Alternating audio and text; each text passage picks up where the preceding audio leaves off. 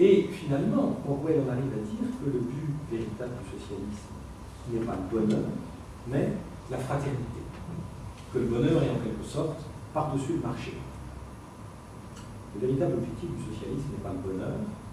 Le bonheur jusqu'ici a été une conséquence et pour autant que nous sachions, il en sera peut-être toujours ainsi. Le véritable objectif du socialisme est la fraternité humaine. C'est ce que tout le monde pense, plus ou moins, bien que ce ne soit pas souvent dit, ou en tout cas pas suffisamment fort. Si les hommes s'épuisent dans des luttes politiques déchirantes, se font tuer dans des guerres civiles, torturés dans les prisons secrètes de la Gestapo, ce n'est pas afin de mettre en place un paradis avec chauffage central, air conditionné, éclairage adjournaux, mais parce qu'ils veulent un monde dans lequel les hommes s'aiment les uns les autres au lieu de s'escroquer et de se tuer les uns les autres. Alors, il faudrait ici, mais j'en aurai pas le temps, ouvrir évidemment le débat sur la dimension morale et spirituelle du socialisme d'Orwell et le débat avec les penseurs chrétiens, évoqués et discutés dans la révolte intellectuelle. J'ai envie de dire, pour résumer d'une formule un peu abrupte, dont on va parler dans la discussion, finalement, je crois qu'on pourrait résumer ce que pense Orwell là-dessus en disant le christianisme, ou plutôt la fin du christianisme, la mort de Dieu, on ne peut pas le perdre, c'est bien de ça qu'il parle, est le problème et ne peut pas être la solution. C'est un peu abrupt, je crois que c'est ça qui pense. Alors, une fois qu'on a fait le tour un petit peu trop rapidement de ces réflexions, j'en arrive à la conclusion. Sur le pessimisme et sur le bonheur humain, je crois que cela aide à comprendre le jugement politique et philosophique qu'Orwell porte sur celui qui est pour lui le paradigme de l'anarchisme théorique, à savoir Jonathan Swift. Swift, explique Orwell, critique autant qu'il se peut, autant qu'il est possible, l'establishment. Mais ce n'est pas un libéral, ses idées ne sont pas celles d'un libéral, il n'est pas un enthousiaste des institutions représentatives, ce n'est pas un démocrate, rien n'indique qu'il aime la démocratie, il méprise le peuple et les gens ordinaires. Une citation, il ne semble pas avoir une meilleure opinion des gens ordinaires que de leurs dirigeants.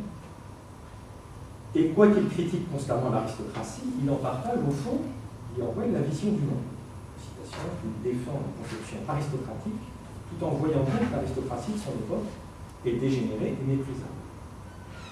Il est hostile à l'égalité. C'est un révolté, un iconoclaste, mais il n'est pas de gauche. C'est un pessimiste profond. Il a même de la vie une conception profondément désespérée, heurte, Orwell.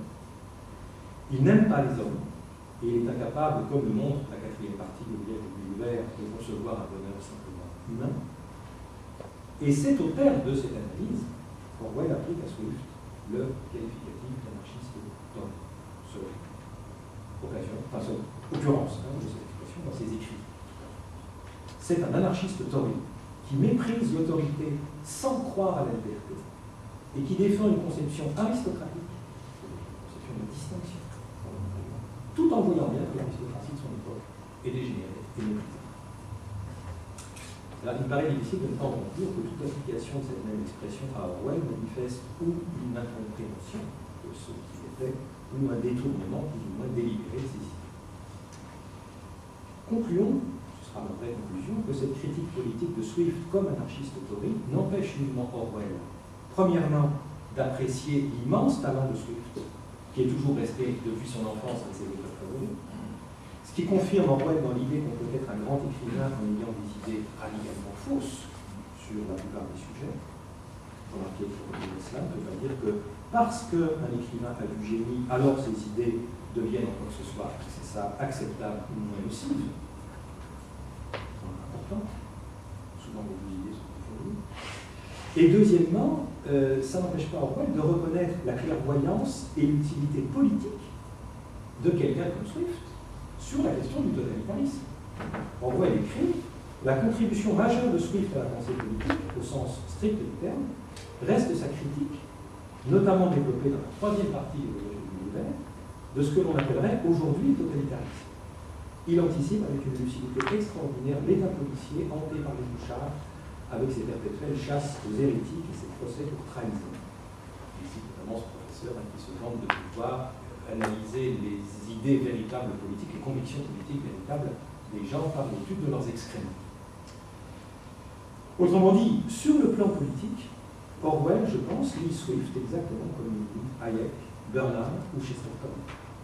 Comme des gens qui ont des idées et des pseudo-solutions complètement fausses, voire dangereuses, mais qui, sur un certain nombre de points, peuvent être infiniment plus perspicaces et plus pertinents que la plupart des penseurs de gauche.